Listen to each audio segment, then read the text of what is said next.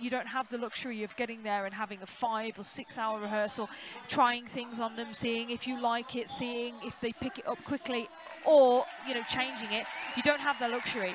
So Whitney will have to have known exactly what she was going to teach him, and exactly when and where and how before she goes in. You know, a lot of people, we don't always work like that. We want to try it before you buy it, so to speak. But she doesn't have that. She has to be prepared.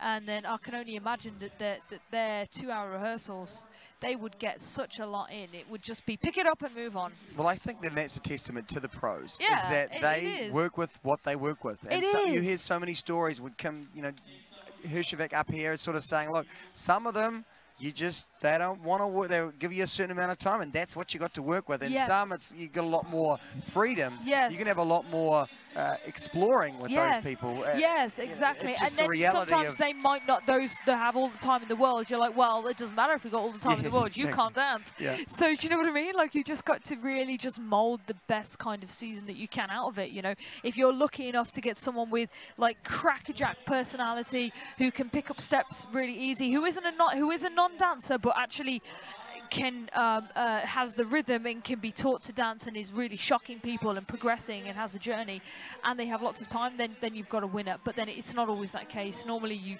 don't get anywhere near that scenario, and it's time constraint or travel or tiredness, ability, lack of being able to hear the music, maybe just something down to personal injury. There's so many factors that I think that it's hard to put into words at home when you're watching this, the different things that make a good performance. Yeah, and it's so much less, it's not just about the dancing and the song. It's really not.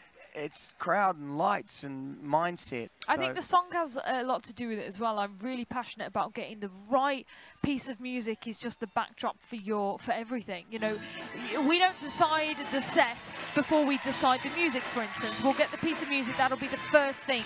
Then we will decide what dance we do to it. And then we can decide the set, and then we decide from that the costume. So there's a pecking order, you know. Well, look, just quickly, we've got you here, so we want to talk about the tour, and this, of course, is a really fun thing that a lot of the pros get to do, and I know how much everyone loves it. So let's just quickly take a look at this promo here, and then you're going to tell us exactly what goes down.